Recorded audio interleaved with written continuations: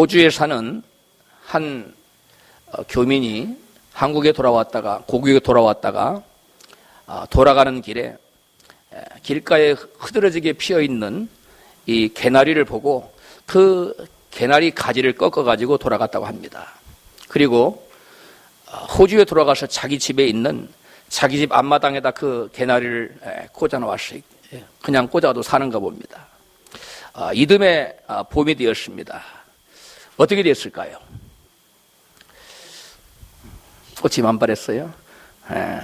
맑은 공기와 좋은 토양, 좋은 햇볕 덕에 가지와 잎이 아주 무성하게 잘 자랐습니다. 그런데 꽃이 피지 않았습니다. 첫 해라 그런가 보다. 우리 감나무도 심으면 첫 해 안 나오고 이런 거 있잖아요. 첫 해라 그런가 보다 생각을 했어요. 그런데 그 다음 해에도 꽃이 전혀 피지 않았어요. 그 다음에 3년째에도 꽃은 피지 않았습니다. 나중에서야 이분이 깨달았는데요. 알게 된 한국처럼 혹한의 계절이 없는 호주에서는 개나리 꽃이 아예 피지 않는다는 사실을 알게 된 겁니다. 혹한의 영하의 저온, 이 혹한의 저온을 통과해야만 꽃이 피는 것을 우리는 전문용어로 춘화현상이라고 합니다. 뭐라 그런다고요? 춘화현상. 개나리 꽃이나 진달래, 철쭉, 튤립, 백합, 하이신스, 여러분 히아신스는 잘 모르죠? 그런 꽃, 이런 것들이 혹한의 계절을 통과해야만 반드시 꽃을 필 수가 있다고 합니다. 꽃만 그럴까요? 꽃만이 아닙니다. 많은 종류의 씨앗들도 혹한의 계절을 통과해야만 생명의 싹을 틔울 수가 있습니다. 한국의 대부분의 씨앗들은 추운 겨울을 통과하지요. 그런데 이러한 한국의 씨앗들을 갖다가 필리핀이나 호주 같은 데다가 심는다고 해서 다 나는 것이 아닙니다. 그래서 필리핀 같은 데 선교사님들이 씨앗을 뿌릴 때는 그냥 뿌리면 나지 않기 때문에 어떤 조처를 취하고 뿌릴까요? 냉동실에다가 오래오래 뒀다가 냉동실에 오래 둔 다음에 뿌려야만 싹이 나서 열매를 거둘 수가 있는 것입니다. 이처럼 생명의 싹을 틔우는 일이나 꽃을 피우는 그러한 일이 있기 전에 반드시 무엇을 거쳐야만 된다고요? 혹한의 계절을 통과해야만 하는 것이 하나님의 섭리요 자연 현상인 것입니다. 마찬가지로 우리 인생도 모진 혹한의 계절을 거치지 않으면 생명의 싹이 트지 않고 인생의 꽃도 피지 않는다는 사실입니다. 그래서 오늘 본문은 이와 같이 말씀합니다. 같이 읽어요. 로마서 8장 18절. 생각한데 현재의 고난은 장차 우리에게 나타날 영광과 좋게 비교할 수 없도다. 많은 사람들이 아니죠. 모두가 그렇지요. 고난을 싫어합니다. 아주 싫어하지요. 그리고 그 고난이 닥쳐오면 그 고난 앞에서 좌절하고 낙심하고 뒤로 물러가고 맙니다. 고난이 축복으로 가는 징검다리라는 사실을 모르기 때문입니다. 고난은 변장된 축복임을 우리는 알아야 됩니다. 할렐루야. 여러분 명검 알죠? 명검. 좋은 검이 어떻게 만들어집니까?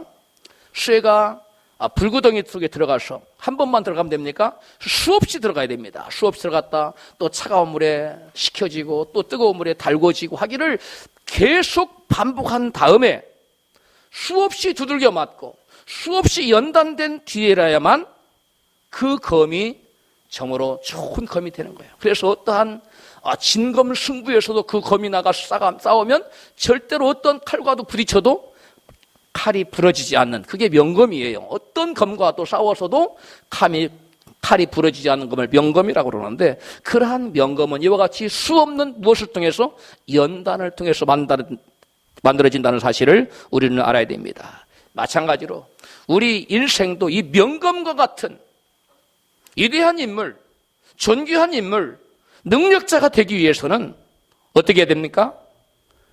우리 인간도 연단되고 우리 인간도 혹한의 계절을 뭐 해야만 돼요? 통과해야만 된다는 거죠. 혹한의 계절을 통과하지 않고는 명검이 나올 수 없어요. 인생의 명검이 나올 수가 없다는 사실입니다. 고난 없는 인생은 없다는 사실을 우리는 알아야 돼. 모든 인생길을 사는 동안 크고 작은 시험과 환난의 바람이 몰아쳐오기 마련입니다. 더더구나 하나님을 믿고 하나님께서 주신 하나님의 영광을 위하여 살아보겠다고 하는 꿈과 비전을, 그러한 열망을 품은 사람에게는 더 강력한 시련과 도전이 온다는 사실을 우리는 알아야 됩니다. 꽃을 피우는 일생의 봄을 맞으려면 우리는 그러므로 어떻게 하든지 그 혹한의 계절을 잘 뭐 해야 됩니까? 통과해야만 합니다. 어떻게 하면 그런 일생의 혹한 길을 우리가 잘 통과할 수 있을까요? 우리는 오늘 또 다른 본문 다윗의 시에서, 다윗에게서 우리가 어떻게 혹한의 계절을 잘 통과할 수 있는 비결을 우리는 배워야 할 것입니다. 시편 13편 4절이죠. 같이 읽습니다. 내가 사망이 엄침한 골짜기로 다닐지라도 해를 두려워하지 않을 것은 주께서 나와 함께 하심이라. 아멘. 이 시는 다윗이 사울에게 쫓겨다니면서 목숨을 부지하기 어려운 절망적인 인생의 혹한기에 기록한 시입니다. 목숨을 부지하기 힘든 인생의 혹한기에 다윗은 어떻게 절망하지도 않았고 어떻게 두려워하지도 않을 수 있었을까요? 다윗은 자기와 함께 하시는 하나님을 체험하고 임마누엘의 신앙을 지니고 있었기 때문입니다. 따라서 합시다. 임마누엘 신앙. 사무엘상 17장 37절은 이것을 우리에게 말씀하고 있습니다. 같이 읽습니다. 여호와께서 나를 사자의 발톱과 봄의 발톱에서 건져내셨은즉 나를 이 블레셋 사람의 손에서도 건져내시리이다. 사울이 다윗에게 이르되 가라, 여호와께서 너와 함께 계시기를 원하노라. 아멘. 다윗이 지닌 하나님이 나와 함께 하신다고 하는 이 임마누엘의 신앙은 배워서 알게 된 이론적인 신앙이 아닙니다. 다윗의 그의 실제적인 삶 속에서 그가 경험하고 그가 체험하여 하나님을 체득하고 난 다음에 얻어진 그야말로 살아 꿈틀대는 그런 신앙입니다. 그러기에 다윗의 믿음에는 힘이 있었습니다. 혹한의 계절을 통과하면서 이런 살아있는 꿈틀대는 실질적이고 경험적인 임마누엘 신앙이 우리에게 자라나는 것입니다. 혹한기의 고난의 삶 속에서 살아계신 하나님을 우리는 자꾸만 경험해야만 합니다. 고난을 통해서 하나님께 기도하고 응답받고 하나님의 음성을 또 계속 부대끼는 삶 속에서 우리는 하나님의 숨소리를 들을 수 있고 하나님의 역사하심을 우리는 눈으로 볼 수가 있는 것입니다. 할렐루야. 이와 같이 하나님의 숨소리를 듣고 하나님의 역사하시는 손길을 우리가 체험할 때 우리는 어떤 신앙을 가질 수 있다고요? 임마누엘 신앙. 아, 하나님이 나의 음성을 들으시는구나. 하나님의 내 기도에 귀를 기울이시는구나. 아, 하나님은 내가 부르짖어 기도하니까 나타나시고 역사하시는구나. 할렐루야. 고난 가운데 우리 하나님을 가까이 나가고 주의 이름을 부를 때 내 음성에 귀 기울이고 주님께서 능력의 손을 펴사 우리를 웅덩이에 사망을 건져내시는 것을 우리가 하나하나 체험해 나가면서 우리는 다윗처럼 임마누엘의 하나님, 나와 함께 하신 하나님, 살아계신 하나님, 역사하신 하나님을 체험할 수 있을 줄로 믿습니다. 우리는 이러한 고난 가운데 주님 앞에 문제를 가지고 나가서 부르짖어 기도할 때 응답하신 그 하나님을 통해서 체험적인 그러한 살아 역사하시고 내게 응답하시는 임마누엘 하나님을 체험할 수 있을 뿐만 아니라 우리는 오늘 우리가 여기에 왜 나왔지요? 하나님을 예배하기 위해서. 우리가 이렇게 하나님을 예배할 때에도 주님의 내게 들려주는 그 음성을 듣고 살아계신 주님을 체험할 수 있습니다. 할렐루야. 우리가 또 합심해서 기도할 때 또 내가 밀실에서 골방에 들어가서 고요히 기도할 때도 하나님은 나의 음성을 들으시고 세미한 음성을 들려주실 때도 우리는 하나님을 체험할 수 있습니다. 할렐루야. 그러면 그때 우리는 어떠한 신앙을 가질 수 있어요? 살아계신 하나님을 체험하는 주님이 나와 함께 하시구나. 주님이 나와 함께 호흡하시고 주님이 나와 함께 걸으시며 주님께서 나의 모든 일을 주관하신다는 사실을 체험하게 되는 임마누엘의 신앙을 우리가 갖게 된다는 사실을 깨달으시기를 주님으로 축복합니다. 많은 사람들이 신앙을 간접적으로 누구한테 들어서 하나님은 뭐 하신다더라 그런 식의 수준 낮은 신앙을 가지고 있습니다. 물론 그러한 간접적인 체험도 우리에게 전혀 도움이 되지 안 되는 것은 아닙니다만은 그러한 간접적인 체험을 통해서는 우리가 여러분 그 신앙에는 별로 힘이 없습니다. 그러므로 어떤 문제가 닥쳐와도 그러한 문제를 뚫고 나갈 수 있는 힘이 있어요, 없어요? 그런 신앙은 없어요. 그러나 내가 직접 체험하고 내가 직접 만나고 직접 만져보고 직접 부대끼고 실제로 체험한 하나님을, 내가 체험한 하나님을 믿는 임마누엘의 신앙을 가진 사람은 어떠한 역경과 고난과 환난의 바람이 불어와도 그것을 능히 뛰어넘을 수 있는 강력한 힘이 생겨나는 줄로 믿습니다. 다윗은 그의 실제 삶 속에서 자기에 맡겨진 아버지 양들을 지키려고 하나님을 의지하여 누구와 맞서 싸웠습니까? 곰과 사자와 맞서 싸웠습니다. 때로는 곰과 사자의 발톱에서 이제 찢겨 죽는 수밖에 없구나, 그러한 여러분 곤란한 지경에서도 다윗이 하나님을 의지하고 하나님께 부르짖어 기도했을 때 하나님은, 살아계신 하나님은 손을 펴셔서 다윗을 곰과 사자의 발톱에서 구원해내신 줄로 믿습니다. 우리는 이런 얘기를 들으면 마음이 뜨거워지지. 야, 하나님께서 곰과 사자의 발톱에서 다윗을 건져내셨구나. 그런데 나에게는 왜 이런 일이 일어나지 않지? 여러분, 그렇지 않습니다. 다윗을 곰과 사자의 발톱에서 구원하신 하나님은 어제나 오늘이나 영원토록 동일하시기 때문에 저와 여러분 삶 속에서도 동일하게 우리를 원수악한 마귀의 사자의 발톱에서 구원해내는 줄로 믿습니다. 저 같은 경우는 정말 죽을 경우를 7살 때도 그랬고, 또한 제가 대학생 때도 병으로 죽을 뻔했고, 2번 정말 의사들이 죽을 수밖에 없다는 그러한 상황에서 살아난 경험이 있습니다. 또한 고속도로 위에서도 2번이나 죽을 뻔했고요. 또 제가 그 사기를 당해가지고 정말 교도소를 갈 수밖에 없는 그러한 절박한 상황 가운데서도 하나님, 이번만 저를 살려주시면 제가 반드시 신학 가겠습니다. 할렐루야. 기도해서 하나님 저를 건져주셨어요.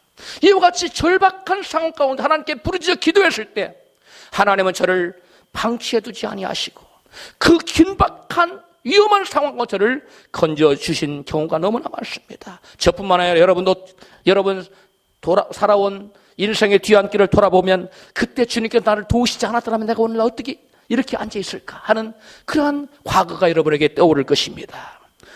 그러한 아찔한 순간마다 우리 하나님께서는 우리와 그때도 함께 하셔서 우리를, 저와 여러분을 구원해내신 줄로 믿습니다.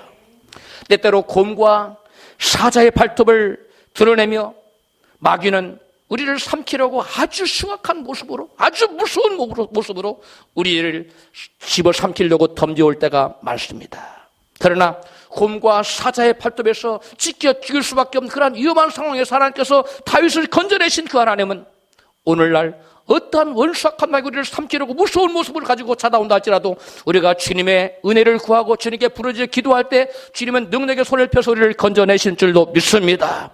이것을 체험하는 것이 바로 우리의 임마누엘 신앙을 날로 세워가는, 이러한 신앙이 여러분 무너지지 않는 신앙, 이러한 신앙이 여러분 살아있는 신앙입니다. 우리 기독교를 무슨 종교라고 그러죠? 체험의 종교라고 그래요. 살아있는 하나님을 믿는 체험의 종교. 여러분, 체험이 없는 신앙은 여러분 종교인으로 남아있을 수밖에 없어요. 그러나 우리가 하나님을 체험하는 사람에게는 힘이 있습니다. 여러분, 우리가 삶 속에서 하나님을 날마다 크고 작은 모든 일에 하나님을 의식하며 하나님의 손길을 체험하고 나가면 저와 여러분의 신앙은 날이 갈수록 변화되고 또 변화되고 하나님께 원하시는 열매 맺는 신앙인이 될 줄로 믿습니다. 하나님께서 우리 성도들에게 왜 고난을 허락할까요? 성도들을 원치 않는 고난을 우리 하나님이 얄궂은 무슨 그런 얄궂은 분이 아니시잖아요. 그 하나님께서 왜 우리가 원치 않는 고난을 우리에게 왜 허락하시냐는 것입니다. 우리에게 고난을 허락하신 원인은 우리가 그 환난과 고난을 통해서 성도들이 어떠한 신앙을 갖기를 원해서 체험적인 신앙, 임마누엘의 신앙을 갖도록 하고자 하는 하나님의 목적 때문에 저와 여러분의 때때로 마귀가 가져다주는 여러 가지 시련과 환난을 하나님께서 허락하시는 줄로 믿습니다. 그래서 성경 시편 50편 15절은 이와 같이 우리에게 말씀합니다. 같이 읽습니다. 환난 날에 나를 부르라. 내가 너를 건지리니 내가 나를 영화롭게 하리로다. 아멘. 환난 날에 우리 하나님께서는 저와 여러분들로 하여금 하나님 앞에 나오라는 것입니다. 그리고 하나님의 이름을 부르라는 것입니다. 하나님의 도움을 구하라는 것입니다. 그때 우리 하나님께서 어떻게 하시겠다는 겁니까? 응답하시겠다. 당신의 능력에 손을 펴시겠다는 것이. 그로 말미암아 우리로 하여금 하나님 살아계신 하나님을 뭐하게 하는 거예요? 체험하게 하시는 거예요. 아하, 하나님은 내 기도를 들으시는구나. 하나님을 살아계시는구나. 하나님은 나와 함께 하셔서 하나님을 사랑한 자에게 모든 것이 합력할 선을 이루게 하시는구나.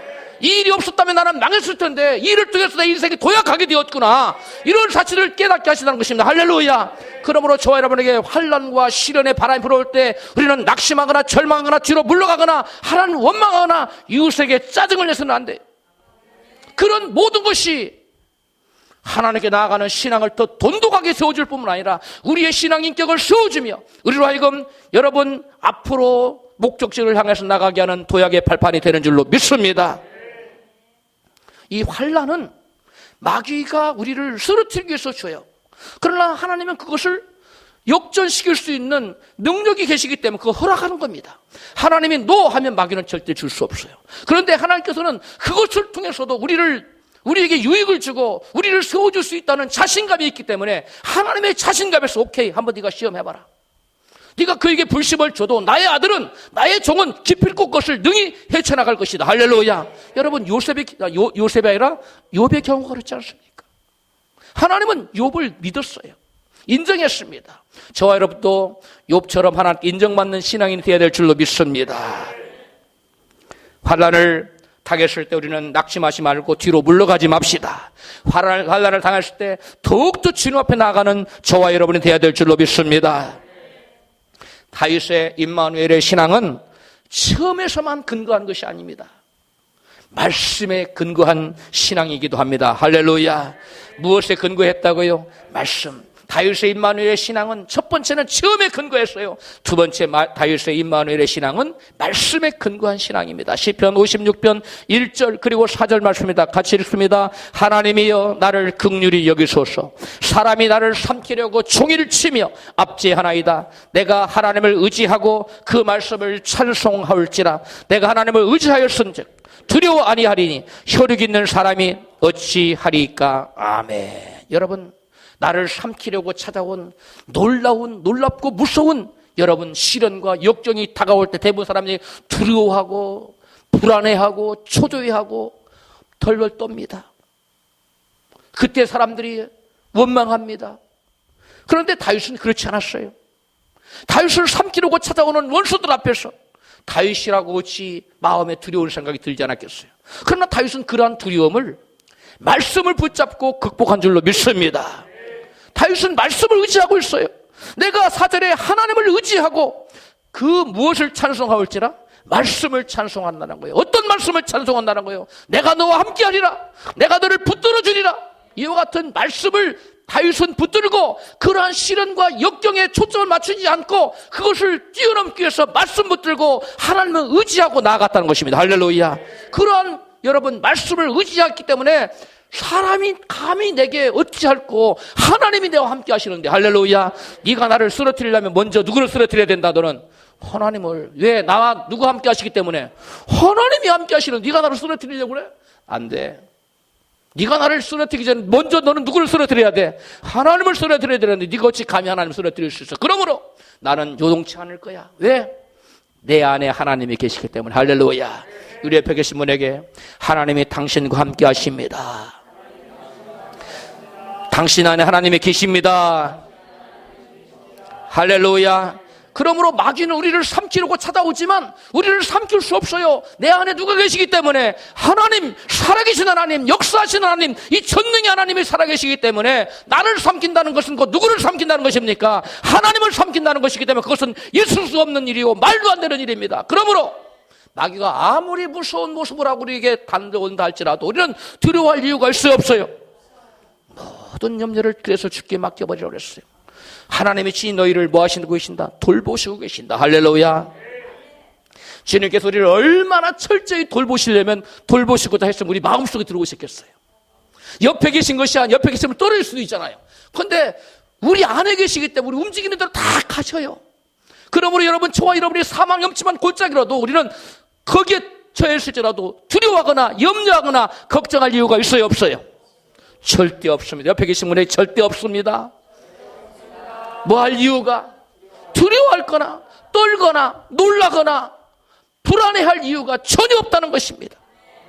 다윗에게 같은 임마누엘 신앙을 갖게 한 하나님의 말씀은 어떤 말씀이었을까요? 신명기 31장 6절 말씀에 같이 읽습니다. 너는 마음을 강하게 하고 담대히 하라. 그들을 두려워 말라.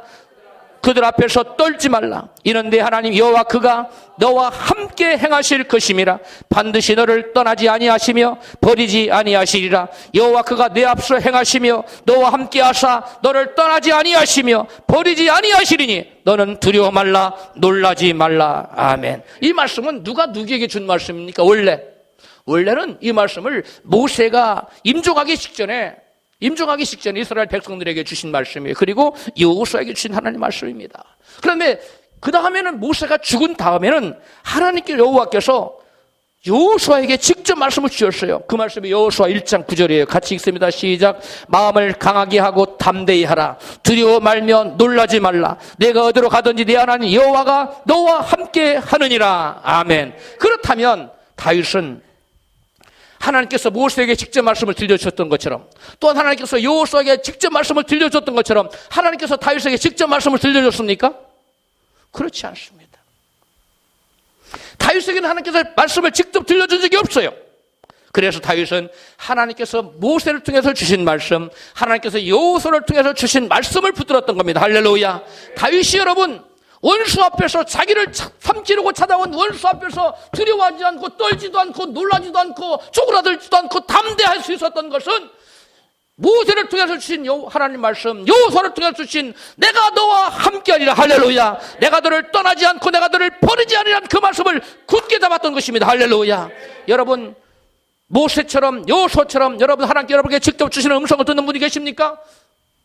그렇지 않습니다. 여러분 우리에게는 모세처럼 여호수아에게 직접 하나님의 말씀을 주시진 않지만 우리는 다윗처럼 선지자를 통해서 주시는 말씀을 들을 수 있는 줄로 믿습니다. 여러분은 종의 입술을 통해서 선포된 말씀을 여러분 붙잡을 수 있습니다. 할렐루야. 또한 이 성경에 기록된 말씀을 여러분이 붙잡을 수 있어요. 때때로 깊은 기도 가운데 세미한 음성으로 들려주시는 성령의 음성도 여러분은 붙잡을 수가 있습니다. 할렐루야. 여러분 가장 보편적인 것은 강단을 통해서 주시는 말씀을 우리는 붙잡아야 될 줄로 믿습니다. 여러분 다윗은 이와 같이 선지자를 통해서 주의 종을 통해 주신 말씀을 붙잡고 살았어요. 그리고 그 말씀이 자기에게 이루어질 걸 믿고 그것을 찬송하고 시인하고 선언하며 살았습니다. 그래서 내가 그 말씀을 찬송한다고 그랬잖아요. 여러분도 그 말씀을 왜 다윗이 찬양했어요? 그 말씀이 내게 이루어지니까, 그 말씀이 내게 은혜가 되고 능력이 되고 축복이 되기 때문에 다윗은 무엇을 찬송한다? 그 말씀을 찬송한다고 말했어요. 할렐루야. 여러분도 하나님께 기도하십시오. 하나님, 제가 주의 말씀을 찬양합니다. 할렐루야. 그렇게 지금까지는 안 했을지라도 다윗처럼 하세요. 하나님, 그 말씀이 내게 이루어지니, 그 말씀이 내게 능력이 되니, 그 말씀이 내게 응답이 되니, 그 말씀이 내게 축복이 되니 내가 그 말씀을 찬송합니다. 이렇게 기도하며 그 말씀을 시인하며 나가십시오. 여러분, 그래서 다윗은 그 말씀을 붙들고 시인하고 말씀을 붙들고 나를 삼키려고 찾아온 마귀를 대적하며 나갔을 때 마귀는 한 길 왔다가 일곱 길을 물어가고 다윗은 놀라운 승리를 거듭하는 승승장구하는 삶을 살 수 있었던 겁니다. 할렐루야. 다윗은 과거에 나와 함께 하신 하나님, 그 하나님이 언제도 함께 하실 것이다. 오늘도 함께 하시고 또 언제도 미래에도 함께 하실 것을 고백하고 있습니다. 사무엘상 17장 37절입니다. 같이 읽습니다. 여호와께서 나를 사자의 발톱과 곰의 발톱에서 건져 내셨은즉. 이건 뭐예요? 과거에 나를 뭐 하신 거예요? 건져내신, 나와 함께 하셔 나를 건져내신 거 아닙니까? 그 하나님을 찬양하는 겁니다. 그 다음에 또 뭐라 했어요? 나를 이 블레셋 사람의 손에서도 건져내시리이다. 이 무슨 말씀이에요? 다윗은 앞으로도 하나님이 나와 어떻게 하셔서 함께 하셔서 그 임마누엘 하나님이 나를 사자의 발톱에서 건져내신 하나님이 이제는 누구의 손에서도 골리앗의 손에서 나를 건져내실 겁니다. 할렐루야. 여러분, 다윗과 골리앗의 키 차이는 2배가 넘어요. 이건 게임이 안 되는 거예요. 그런데도 불구하고 여러분, 꼬맹이가 큰 씨름상 강사, 세계적인 헤비급 타이틀 권투 선수에게 지금 싸우자고 덤비는 거하고 뭐가 다릅니까? 그런데 다윗은 조금도 굴하지 않고 조금도 위축되지 않고 당당하게 나가잖아요. 그게 바로 임마누엘의 신앙이에요. 하나님이 나와 함께 하신다는 겁니다. 다윗은 일생 이와 같이 임마누엘의 신앙을 가지고 살았어요. 하나님이 나와 함께 하신다. 저와 여러분도 이 임마누엘의 신앙을 붙잡으면 우리 인생은 승리의 승리를 거듭할 줄로 믿습니다. 내가 믿으면 하나님의 영광을 보리라. 무엇을 믿어야 됩니까? 하나님이 나와 함께 하신다는 사실. 어제나 오늘이나 영원토록 동일하셔서 다윗에게 함께 하셔서 곰과 사자의 발톱에서 죽음의 위기에서 건져내신 하나님이 나를 어떠한 위경 가운데서 건져내신다는 그러한 임마누엘의 신앙을 가지면 우리는 무엇을 본다고요? 하나님의 영광을 본다는 것. 하나님의 영광을 보는 저와 여러분 되시기를 주의 이름으로 축복합니다. 그와 같은 임마누엘의 신앙을 가진 다윗에게 우리 하나님께서는 일생 함께 하셔서 다윗이로 가던 어디로 가든지 그를 이기게 하셨어요. 그래서 사무엘하 7장 9절에 내가 어디로 가든지 내가 너와 함께 있어서 내 모든 대적을 내 앞에서 뭐 하셨다고요? 멸하셨다. 다윗이 어디로 가든지 항상 여호와께 함께 하셔서 그를 이기게 하셨다라. 이거 성경에 3번 나와요. 다윗이 어디로 가든지 누가 함께 하셔서? 하나님이 함께 하셔서 이기게 하셨더라. 누가 함께 하셔서? 하나님이 함께 하셔서. 저와 여러분도 내가 실력이 많아서 능력이 많아서 그게 아니라 누가 함께 하시기 때문에 우리 하나님이 살아계신 하나님이 함께 하시기 때문에 어디를 가든지 능히 이기게 될 줄로 믿습니다. 그래서 하나님은 다윗을 세상에 존귀한 자 이름같이 내 이름을 존귀하게 만들어주라는 말씀대로 다윗을 세상에서 가장 존귀한 자로 만들어줬어요. 그 당시 열방이 다윗에게 예물을 가지고 나왔습니다. 오늘날도 이스라엘의 왕 중에 가장 위대한 성왕으로 뽑히는 사람이 누구예요? 다윗 왕입니다. 성왕 중에 성왕입니다. 여러분, 저와 여러분도 다윗처럼 임마누엘의 신앙을 가지고 있으면 다윗에게 베푸신 그 은혜가 저와 여러분에게도 임하게 될 줄로 믿습니다. 다윗처럼 그분의 인격을 믿어야 돼요. 우리는 다윗처럼 그분의 말씀을 믿어야 돼요. 그리고 그 말씀을 의지하고 나아가야 돼요. 대부분의 사람들이 환경을 바라보고 움찔합니다. 뒤로 물러갑니다. 낙심합니다. 여러분, 그러면 안 됩니다. 환경 보지 마십시오. 이스라엘의 정탐꾼은 환경 보고 뒤로 물러갔다가 다 망했어요. 그러나 여호수아 칼렙은 환경을 보지 않았습니다. 오로지 하나님 말씀만을 부여잡고 말씀을 의지하고 나갔을 때 난공불락의 성을 다 멸할 수 있었고 안악자성도 다 처치하고 그들은 여러분 정탐꾼이 도저히 차지할 수 없다고 했던 그 땅을 자기들의 소유로 삼을 수 있게 된 줄로 믿습니다. 하나님께서는 하나님 백성들에게 항상 함께 하실 것을 이같이 약속하고 있습니다. 이사야 41장 10절입니다. 이었으면 좋겠어. 이 말씀은 시작. 두려워 말라 내가 너와 함께 함이니라. 놀라지 말라 나는 네 하나님의 됨이니라. 내가 너를 굳세게 하리라. 참으로 너를 도와주리라. 참으로 나의 의로운 오른손으로 너를 붙들리라. 아멘. 하나님이 나와 함께 하신다는 이러한 약속의 말씀 붙들고 하나님이 나와 함께 하신다는 임마누엘의 신앙을 가진 사람들에게는 어떠한 환경 가운데서도 두려움이 찾아올 수가 있습니까? 없습니까? 없어요. 두려움이 올 수가 없어요. 하나님이 나와 함께 하시는데 사람이 내가 어떻게 한단 말인가? 하나님이 나와 함께 하시는데 열악한 환경이 나를 어떻게 한단 말인가? 이게 여러분 위대한 임마누엘의 신앙이에요. 이러한 다윗 같은 신앙을 우리가 가질 때 어떠한 역경과 고난과 시련과 환난도 우리를 삼킬 수가 없는 것입니다. 할렐루야. 지난주에 제가 여러분을 설교했지요.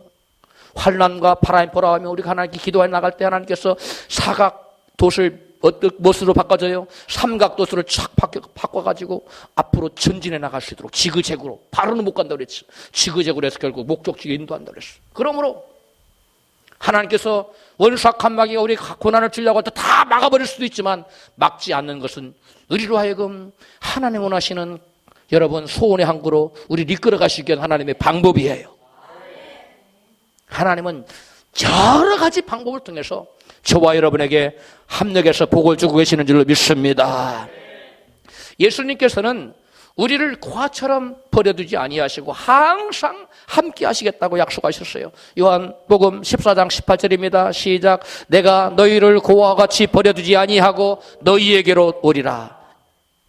마태복음 28장 20절 시작. 예수께서 나와 일러 가라사대 볼지어다 내가 세상 끝날까지 너희와 항상 함께 있으리라 하시니라. 아멘.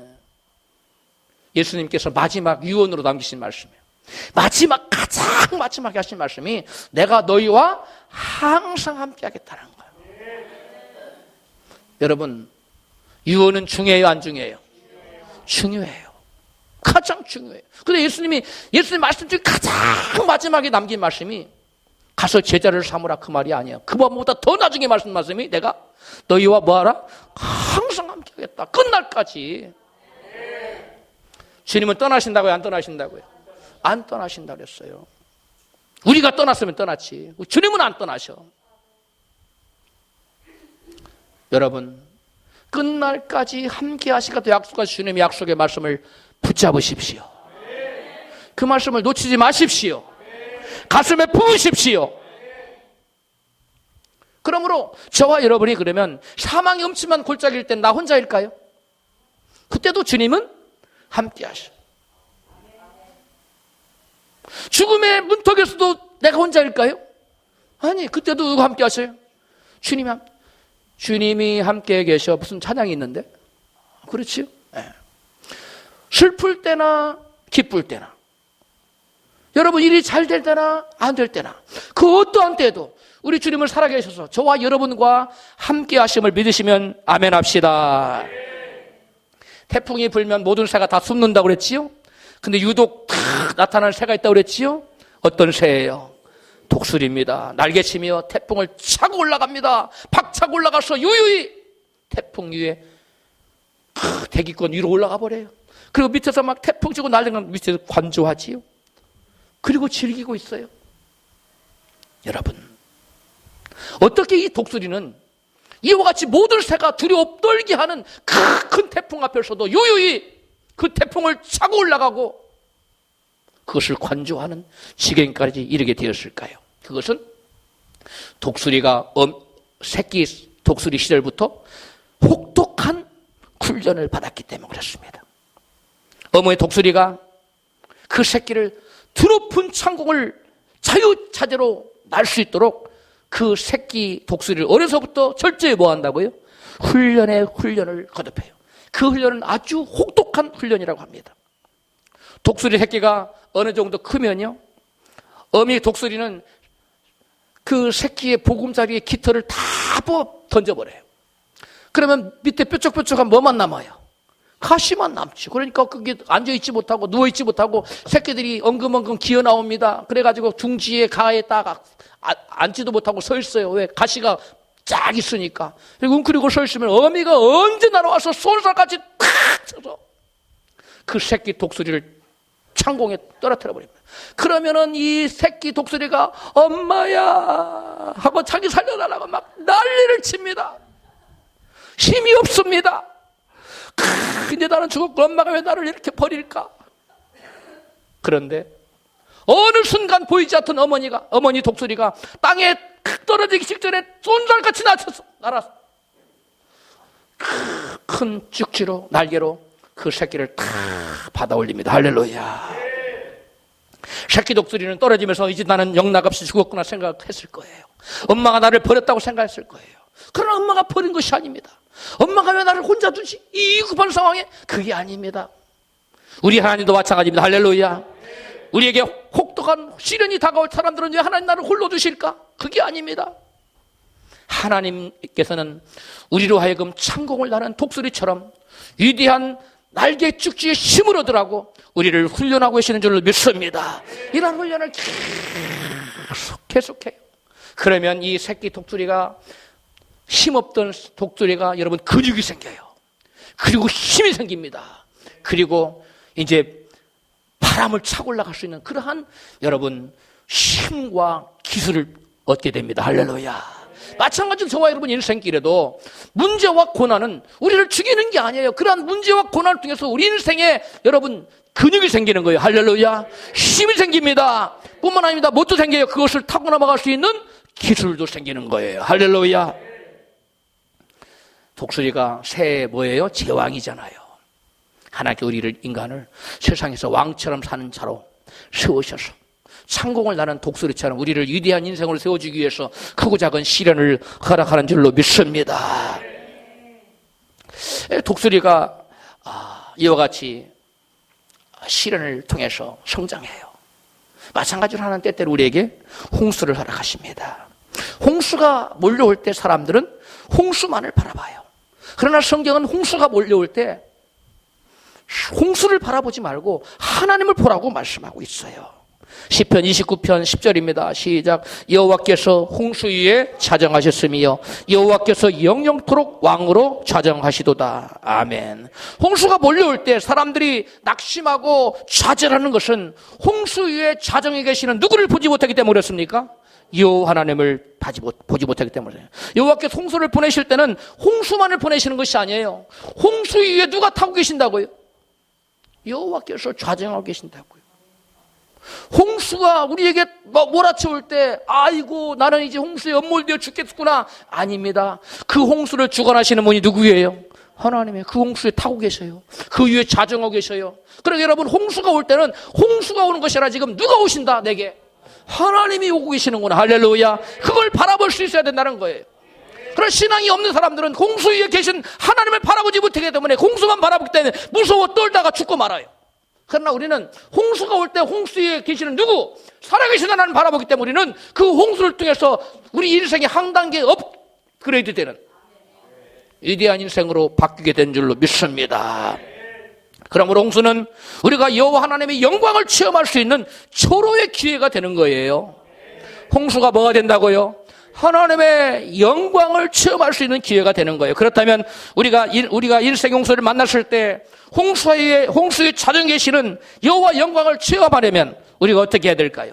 시편 32편 6절에 이와 같이 말씀합니다. 같이 읽습니다. 무릇 경건한 자는 주를 만날 기회를 타서 주께 기도할지라. 진실로 홍수가 범람할지라도 저에게 미치지 못하리로다. 주는 나의 은신처시오니 환난에서 나를 보호하시고 구원의 노래로 나를 애우시리이다. 셀라. 아멘. 하나님께 우리에게 홍수를 보내시는 것은 홍수로 우리가 내려가서 죽으라고 한 것이 아니에요. 홍수를 통해서 그 홍수 위에 자정하신 하나님 만나라는 겁니다.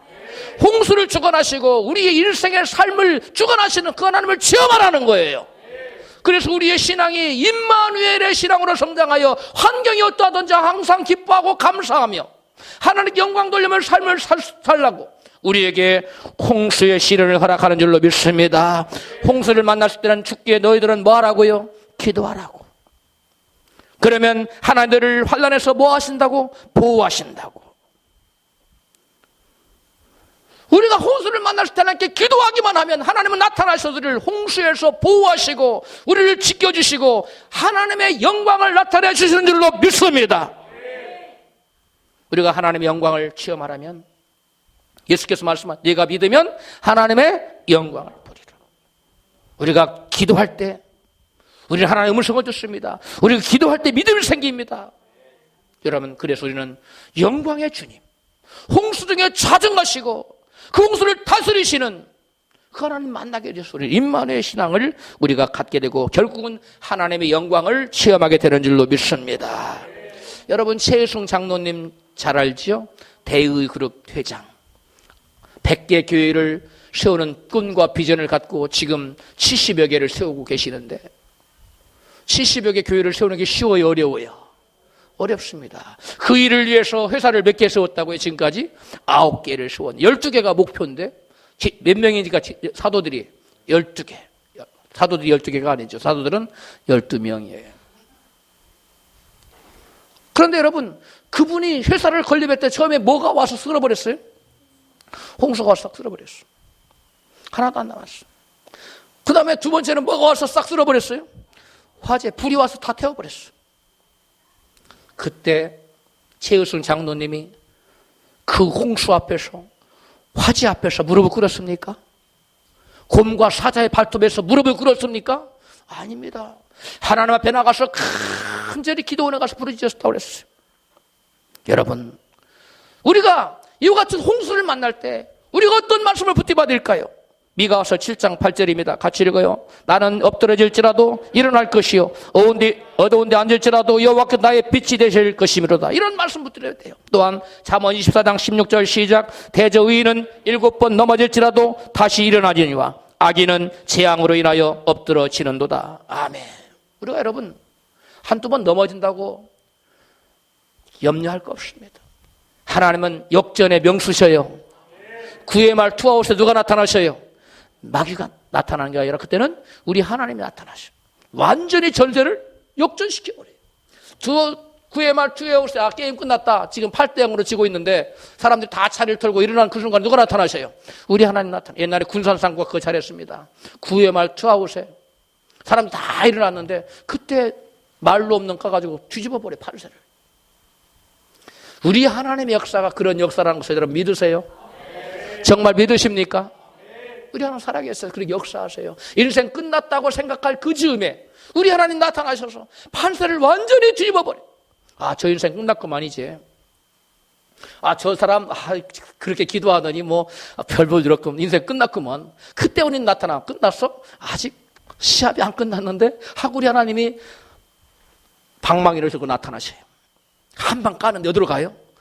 관중 속으로 가버립니다. 그걸 우리는 뭐라고 그래요? 홈런이라고 그래요. 할렐루야. 이와 같은 일을 누가 하신다고요? 우리 하나님이 하십니다.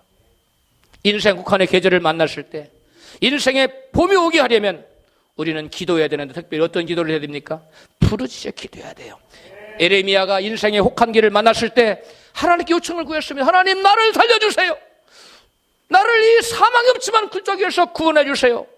그때에 하나님이 이같이 응답하셨습니다. 에레미야 33장 1절입니다. 시작. 에레미야가 아직 시위대 뜰에 갇혔을 때 여호와의 말씀이 그에게 다시 임하니라. 2절. 이를 행하는 여호와 그것을 지어 성취하는 여호와 그 이름을 여호와하는 자가 이같이 이르노라. 너는 내게 부르짖으라. 내가 응답하겠고 내가 알지 못하는 크고 비밀한 일을 내게 보이리라. 아멘. 깊은 웅덩이에 있을지라도 깊은 감옥에 있을지라도 하나님의 도우시는 손길을 체험하려면 우리는 그때 뭐 해야 돼요? 부르짖어 기도해야 돼요. 그때 우리 하나님은 나타날 줄로 믿습니다. 지금으로부터 약 40여 년 전, 아니 40여 년 전이라고 표현하기보다는 거의 한 50년이 다 돼가지요. 미국의 아폴로 우주선이 인류 최초로 어디를 탐사했어요? 달나라를 탐사했지요. 최초로 우주선을 달 착륙에 성공한 것은 1969년 미국이 쏘아올린 아폴로 11호였습니다. 여러분 그때 유명한 사람 기억나죠? 암스트롱. 그 다음에 또 다른 사람 기억나요? 암스트롱만이 아니라 콜린스. 선장이 암스트롱이었고 그 다음에 올드린 이 세 사람이 다녀왔어요. 그 뒤에 본격적으로 달 연구가 시작되는데요. 2년 뒤에 아폴로 15호가 1971년에 성공을 했습니다. 그때 승무원은 데이비 스콧, 알프레드 워든, 세 번째 제임스 어윈이라는 세 사람입니다. 이 세 사람 중에 누가 제일 중요한 사람이냐면 제임스 어윈이라는 세 사람이 중요해요. 그 중에 이 제임스 어윈이라는 사람은 달 착륙선 조종사였어요. 근데 어윈은 공군 대령이었는데요. 어윈 대령이 달나라를 다녀온 뒤에 한국에 와서 자기가 만난 하나님을 간증했어요. 뭘 간증했다고요? 내가 달나라 가서 만난 하나님. 할렐루야. 달나라 가니까 막 예수님이 막 권위시더라는 거예요. 그게 아니에요. 오해하면 안 됩니다. 어윈 대령이 달나라를 갔다 와서 내가 만난 하나님을 한국교회에 와서 간증했는데 여러분 제가 그 간증 내용을 그대로 읽어드리겠어요. 여러분 어윈 대령이 가서 달나라에 가서 봤더니 우리가 달나라 보면 달을 보면은 커요 작아요? 작지요. 그 다음에 무엇으로 돼 있어요? 흑백으로 돼 있잖아요. 흑백 TV잖아요. 그런데 달나라 가서 지구를 보면 지구는 어마어마하게 크답니다. 어마어마하게 크고 흑백이 아니라 뭐라고요? 총천연. 너무너무 아름다운. 이렇게 아름다운 세상이 있을까? 지금 그렇게 아름답대요. 어윈 대령이 만난 하나님에 대한 간증을 여러분 들어보시기 바랍니다. 달의 표면을 다 탐사한 후 돌아오는 길에 캡슐을 타고 지구를 향해 떨어질 때 낙하산이 2개가 펼쳐져야만 합니다. 그런데 1개만 펼쳐지고 다른 하나는 펼쳐지지가 않았습니다. 아무리 비상수단을 다 써도 안 되었습니다. 그때 휴스턴 사령탑에서는 난리가 났다고 합니다. 그대로 이 캡슐이 떨어지는 날에는 박살이 나고 말 판이었습니다. 그러나 속수무책이었습니다. 그럴 때였습니다. 누구랄 것도 없이 모두가 기도하자 했습니다. 그래서 세 사람은 캡슐을 타고 지구로 떨어지고 있던 우리 승무원들은 간절한 마음으로 기도했습니다. 나중에 들은 얘기지만 땅의 휴스턴 사령탑에서도 그때 모두 기도하기 시작했다고 합니다. 그런데 이상한 아주 신기한 현상이 발생했습니다. 느닷없이 땅에서부터 회오리 바람이 일어나 치솟아 오르는 것이었습니다. 그 바람을 맞으면서 낙하산 2대가 터진 것과 같은 속도로 우리는 안전하게 땅에 떨어질 수가 있었습니다. 할렐루야. 이 사건을 계기로 어인 대령은 이 우주선을 휴스턴 사령탑에서 지금 조종하는 줄 알고 있었는데 사실은 누가 지금 조종하고 있다? 하나님이 이걸 조종하고 있었구나. 이걸 깨달았다는 것입니다. 할렐루야. 그래서 어인은 그래서 이 달나라를 다녀오면서 내려오면서 그때 살아계신 하나님을 체험했다는 거예요. 귀로만 듣던 하나님 이렇게 역사하시는구나. 여러분 이게 여러분 말로 들어서 실제로 그걸 체험했다고 하면 놀랍겠어요? 안 놀랍겠어요? 막 회오리 바람이 쫙 올라가지고 그 캡슐이 서서히 떨어지게 하는 거예요. 그냥 떨어지면 어떻게 되는데? 박살 나버리는데. 여러분 우리 인생에 이와 같은 여러분 일이 많이 있을 수 있어요. 우리가 그때 뭐 할 때? 기도할 때. 회오리 바람 불어오던 동탄풍이 불어오던 서북풍을 하나님께 불게 하셔서 우리를 안전지대로 인도하실 줄로 믿습니다. 그러면서 이분이 마지막에 그때 누가 뭐래도 그때 그 일은 기적이었습니다. 그 일은 하나님이 하셨습니다 하면서 눈물로 이 간증을 마쳤다고 그래요. 한국에 와서. 여러분 누에꽃이 속에 있는 나방이 누에꽃에서 나올 때에는 어떻게 나와요? 금방 쏙 나옵니까? 그 구멍을 뚫고 나오기 위해서 아주 모진 애를 씁니다. 거의 한나달 이상을 걸려서 그 구멍을 뚫고 나와요. 그런데 그것을 사람들이 뚫고 간 사람은 안쓰럽다고 연도날로 착 뚜껑을 베주면 금방 나오잖아요. 그래요? 금방 쑥 나오면 그게 막 쫙 나오자마자 날까요?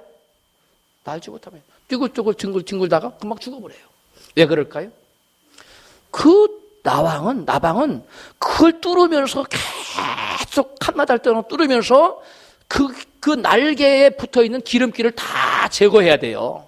다 제거하고 날개에 힘을 받는 거예요. 그런데 이걸 구멍을 쑥 뚫어주면 날개에 뭐가 지금 제거되지 않았어요? 기름기가 제거 날개를 펼 수 있어요? 없어요? 날개를 펼 수가 없어요. 날개를 펴보지도 못해요. 그 힘도 없어요. 운동을 안 했기 때문에. 그래서 나방은 떼굴떼굴 뒹굴다가 그냥 죽어요. 그런데 그 모진 애를 쓰고 한나절 내내 그 구멍을 뚫고 나오면은 기름기가 제거되고 힘이 생겨서 나오자마자 사뿐히 싹 나비가 돼서 나는 거예요. 할렐루야. 저와 여러분 인생이 그렇다는 거예요. 우리가 여러분 고난이 없으면 우리 인생의 날개가 기름기가 제거되지 않아서 높은 창공을 날 수가 없다는 사실을 여러분 믿으시기 바랍니다. 그래서 우리 하나님께서 우리 인생의 높은 창공을 날 수 있도록 우리 인생의 날개를 펴주기 위해서 고난이라는 시험을 허락하는 줄로 믿으시기를 바랍니다. 그래서 오늘 성경 본문 말씀합니다. 현재의 고난은 장차 나타날 영광과 좋게 비교할 수 없도다. 현재의 고난이 없이는 미래에 뭐가 없다? 영광이 없다는 것이에요. 그런데 지금 우리가 당하는 고난은 장차 우리에게 나타날 영광과는 비교가 된다 안 된다? 비교조차가 안 된다는 사실을 여러분 믿으시기 바랍니다. 요셉이 애굽의 종으로 팔려가지 않았다면 요셉이 애굽의 왕이 될 수 있었어요? 없었어요? 없었습니다. 요셉이 여러분 성추행범으로 오인을 받아서 오해를 누명을 쓰고 감옥에 갇히지 않았다면 어떻게 여러분 왕궁에 있는 신하들을 만날 수 있었으며 그런 일이 없었다면 어떻게 여러분 애굽 나라의 총리 대신이 있었습니까? 여러분 마찬가지로 씨앗이 생명의 싹을 틔우는 일이나 꽃을 피우는 일이나 또한 나방이 네게 꼬책 나와서 창공을 하는 나비가 되는 그 모든 일에는 견디기 어려운 뭐가 있었다는 겁니까? 시련의 혹한의 계절이 있었다는 것입니다. 혹한의 계절을 우리 모두 다 통과하십시다. 믿음으로 통과하십시다. 그러므로 지금 내가 사망염증만 골짜기로 사는지라도 원망 불평하지 말고 인내하면서 감사하는 삶을 사는 저와 여러분 되시기를 주의 이름으로 축원합니다. 다